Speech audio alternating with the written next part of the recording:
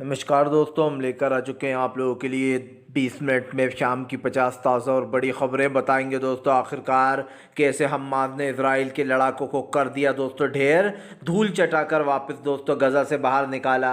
आखिरकार क्यों दोस्तों कांग्रेस ने जारी कर दिया कि ईवीएम के बिना होगा चुनाव, ईवीएम से चुनाव नहीं होने देंगे, अब की बार इलेक्शन कमीशन की एक नहीं चलेगी। आखिरकार क्यों दोस्तों राहुल गांधी की भारत जोड़ो यात्रा में जन सैलाब देखकर उड़ गई बीजेपी की नींदें, बताएंगे कैसे राहुल की यात्रा में उमड़ पड़ा है जन सैलाब, और क्यों आखिरकार दोस्तों मायावती ने अकेले चुनाव लड़ने का किया ऐलान।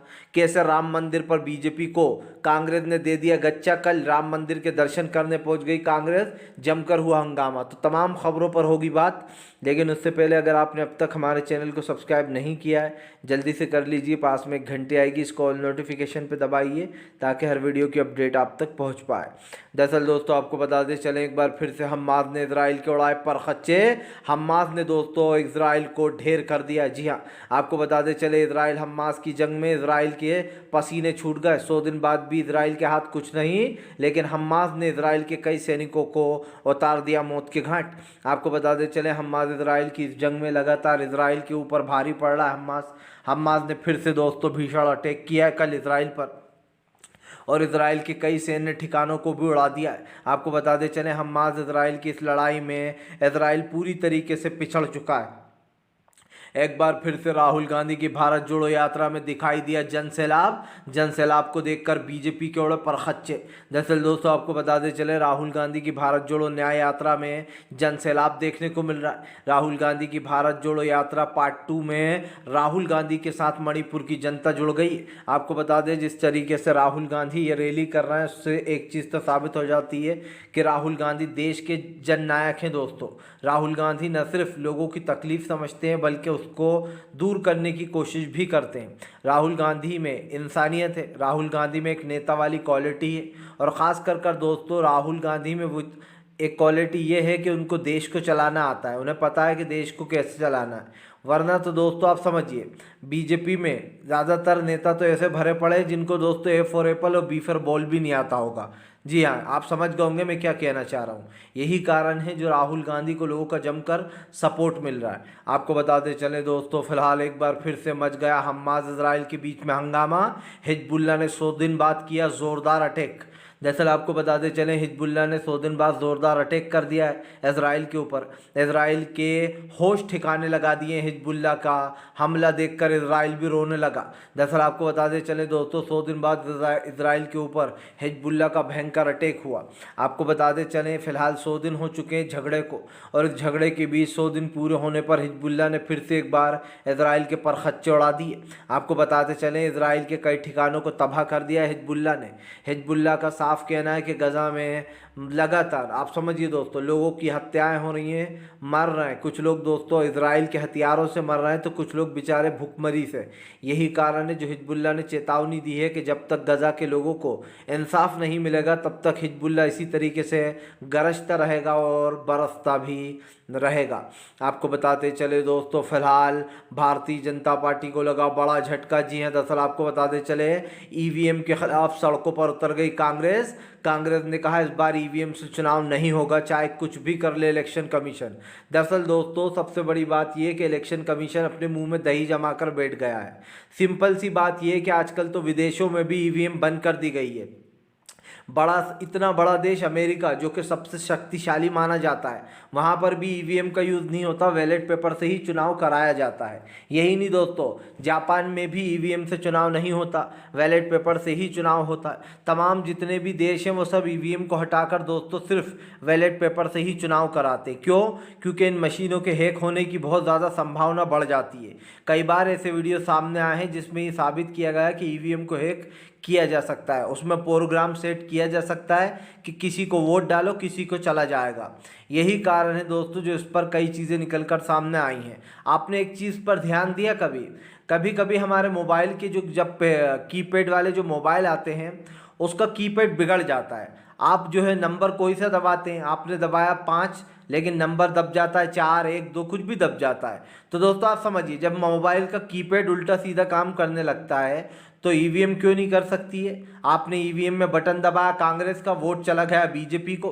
इट इज़ पॉसिबल, मतलब ये सब पॉसिबल है। ऐसा नहीं है कि ये कोई ऐसी चीज़ है कि ये पॉसिबल नहीं है, इट इज़ पॉसिबल। और इस चीज़ को दोस्तों करके बाकायदा बताया गया है। अभी जो मोर्चा खोल रखा है तमाम वकीलों ने, पूर्व जजों ने, उन सब का एक ही कहना है। आपको बता दें भानु प्रताप और जो है यहाँ पर तमाम जितने भी जज हैं और जो लोग रिटायर हो चुके हैं, वो सब लोगों का एक ही कहना है कि ईवीएम के बिना चुनाव कराया जाएगा। अब की बार कांग्रेस ने मोर्चा खोल दिया कि ईवीएम के साथ चुनाव नहीं होने देंगे, चाहे कुछ भी हो जाए। ईवीएम जानबूझकर चुनाव आयोग चुप बैठा है बीजेपी के कहने पर।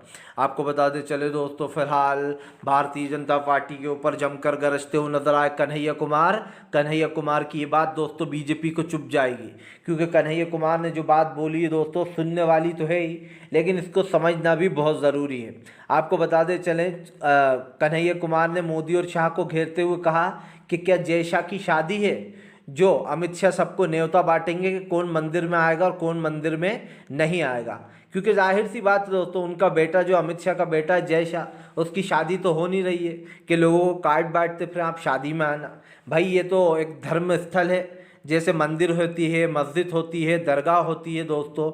जहाँ पर भी जिसका मन चाहता है वो जा सकता है, जब मन करे जब जा सकता है। लेकिन यहाँ पर तो बीजेपी ने धर्म स्थल को अपनी राजनीति का अड्डा बना लिया है, और अड्डा ऐसा बनाया है कि राम मंदिर के न्योते बांटे जा रहे हैं कि भैया तुम आना, तुम आना, तुम आना, और बाकी जिनको नहीं बुलाया जा रहा है मतलब वो नहीं आ सकते, जिनको कार्ड नहीं दिया जा रहा है। ये कैसा मतलब अजीब सा रूल्स है भाई। अब भगवान के घर में कोई भी जा सकता है, जिसका मन है वो जा सकता है, आपके कार्ड की ज़रूरत नहीं है। कन्हैया कुमार ने कहा कि मोदी सरकार, गृह मंत्री अमित शाह और नरेंद्र मोदी, ये दोनों धर्म के ठेकेदार बन चुके हैं। इनको लगता है कि ये जो लोग ये जो चाहेंगे वही होगा। ये जिसको बुलाएंगे वो लोग मंदिर जाएंगे, जिसको नहीं बुलाएंगे वो लोग चुपचाप मुंह पे उंगली रख के बैठ जाएंगे, कह रहे जय शाह ने तो हमें, अमित शाह ने तो बुलाया ही नहीं, मोदी ने तो बुलाया ही नहीं, अब हम मंदिर नहीं जाएंगे। मतलब आप समझिए ये कोई सेंसेबल बात है?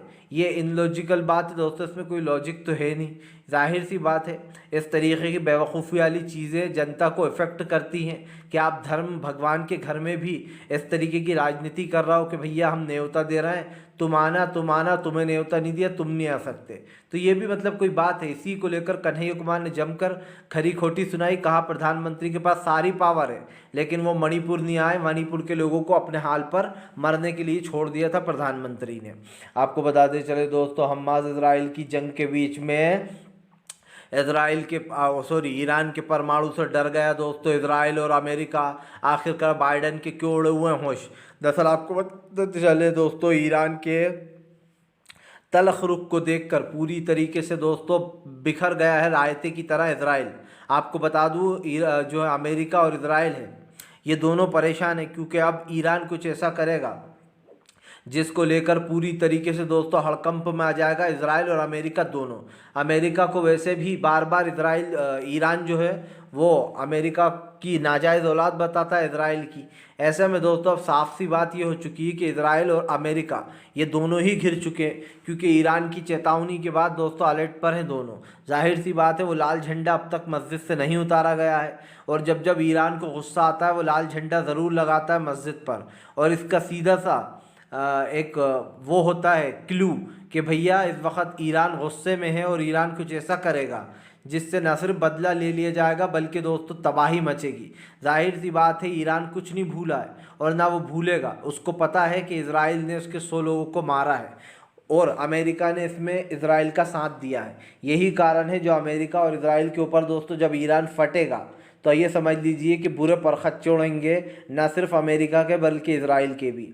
आपको बताते चले दोस्तों, फिलहाल कांग्रेस ने कर दिया बीजेपी के साथ, कल जमकर हुआ राम मंदिर के बाहर ड्रामा। दरअसल दोस्तों कांग्रेस ने बीजेपी के साथ खेल कर दिया। कल कांग्रेस बीजेपी के प्राण प्रतिष्ठा से पहले ही राम मंदिर पहुंच गई और रामलला के जाकर दर्शन किए। आपको बताते चले रामलला के दर्शन करने के लिए पूरी कांग्रेस की टीम पहुंची थी, जिसमें उत्तर प्रदेश के दोस्तों प्रदेश अध्यक्ष अजय राय भी थे। अजय राय समेत दोस्तों कांग्रेस के नेताओं ने डुबकी भी मारी गंगा में। और इसी के साथ साथ कांग्रेस ने संदेश दे दिया कि तुमसे बड़े हिंदू हम हैं। आपको बताते चले दोस्तों, हालांकि कांग्रेस की एक राजनीति ये रही है कि कांग्रेस ने कभी भी हिंदुत्व के नाम पर वोट नहीं मांगा, ना कांग्रेस ने कभी हिंदुत्व वाला कार्ड खेला। लेकिन दोस्तों बीजेपी ये साबित करने में लगी रहती है कि कांग्रेस हिंदू विरोधी है, जबकि दोस्तों कांग्रेस भाईचारा विरोधी भाईचारे के साथ चलती है, वो सभी धर्म का सम्मान करती है, वो सारे धर्म को एक साथ लेकर चलती है। और देश के लिए बहुत ज़रूरी है कि तमाम जितने भी हमारे देश में दोस्तों कास्ट हैं उन सब की रिस्पेक्ट की जाए, सबका जो है धर्म का सम्मान किया जाए। यही तो इंसानियत है, इसी को इंसानियत कहते हैं। लेकिन शायद इस इंसानियत को बीजेपी नहीं जानती है, क्योंकि उसकी राजनीति हमेशा से यही रही, आज से नहीं, लाल कृष्ण आडवाणी के टाइम से ही बाबरी मस्जिद पर बीजेपी गेम खेलती आई है, राम मंदिर और बाबरी मस्जिद पर। क्योंकि मैंने कई पुराने वीडियोस देखे हैं, जैसे कि मैंने आपको कहा कि मैं नॉलेज लेता रहता हूँ, देखता रहता हूँ कि पहले कैसा था, क्या था, पहले की राजनीति क्या थी। तो इस चीज़ पर कहीं ना कहीं मुझे नॉलेज मिलता रहता है और मैं वो चीज़ें ऑब्जर्व करता हूँ और उसके बाद आपको बताता हूँ। यही कारण है जो एक बार फिर से राम मंदिर पर उल्टा कांग्रेस ने बीजेपी को गच्चा दे दिया, वो उनसे पहले जाकर जो रामलला के दर्शन कर आए और इससे बीजेपी को एक बड़ा झटका लगा। हालांकि कल बीजेपी के नेताओं ने मंदिर के बाहर कांग्रेस के पोस्टर फाड़ दिए, जिसके बाद बीजेपी और कांग्रेस के कार्यकर्ताओं में भिड़ंत भी हो गई, जमकर मंदिर के बाहर हंगामा हुआ।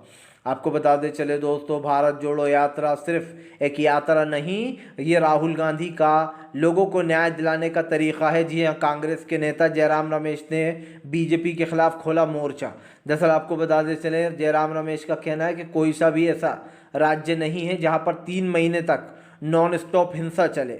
दोस्तों आपको बताते चले, 3 महीने तक नॉन स्टॉप हिंसा चली है मणिपुर में, और ये ऐसी वैसी हिंसा नहीं है। आप समझिए, जिस नारी शक्ति की मोदी सरकार बात कहती है, उस नारी शक्ति का कितना अपमान हुआ था। आप समझिए, बाकायदा मणिपुर में 2 लेडीज़ों को विदाउट कपड़ा घुमाया गया और उसके बाद उन दोनों के साथ गैंगरेप किया गया। कितने शर्म की बात है दोस्तों कि आज हमारे देश में लड़कियां लड़कों से भी कई आगे निकल चुकी हैं, लेकिन हमारे देश में कुछ ऐसे भी लोग रहते हैं जो लड़कियों की रिस्पेक्ट नहीं करते, उनकी रिस्पेक्ट बिल्कुल नहीं करते, और ऐसे लोगों को सपोर्ट मिलता है बीजेपी का। आप समझिए, क्या प्रधानमंत्री के पास ज़रा सा टाइम नहीं था कि वो एक भी बार मणिपुर चले जाते? प्रधानमंत्री के पास अमेरिका जाने का टाइम है, रैलियां करने का टाइम है, और इधर उधर आप समझिए इधर उधर टहलने का टाइम है, लेकिन प्रधानमंत्री के पास उन गरीबों के पास जाने का टाइम नहीं था जो बेचारे दर्द से पीड़ित थे, जिन्होंने किसी ने अपने भाई को खो दिया था, किसी ने अपने बेटे को, तो किसी ने दोस्तों अपने पति को। लेकिन यहाँ पर बीजेपी ने एक भी बार जाकर मणिपुर का हाल नहीं देखा। जो प्रधानमंत्री वोट मांगने के लिए जगह जगह जाते हैं, मणिपुर जाने के लिए उनके पास टाइम नहीं था। और ये आरोप मैं नहीं लगा रहा हूँ, ये आरोप लगा रहे हैं जयराम रमेश। जयराम रमेश ने साफ कहा है कि फिलहाल प्रधानमंत्री सिर्फ वोट मांगने के लिए जाते हैं लोगों के पास। जैसे ही चुनाव ख़त्म, बीजेपी के वादे भी ख़त्म हो जाते हैं और बीजेपी खुद भी हवाई हो लेती है। आपको बताते चले दोस्तों, फिलहाल इस बार सोनिया गांधी के ऊपर कमेंट कर बुरे फंस गए आंध्र प्रदेश के डिप्टी सीएम के ऊपर एफआईआर हुई दर्ज।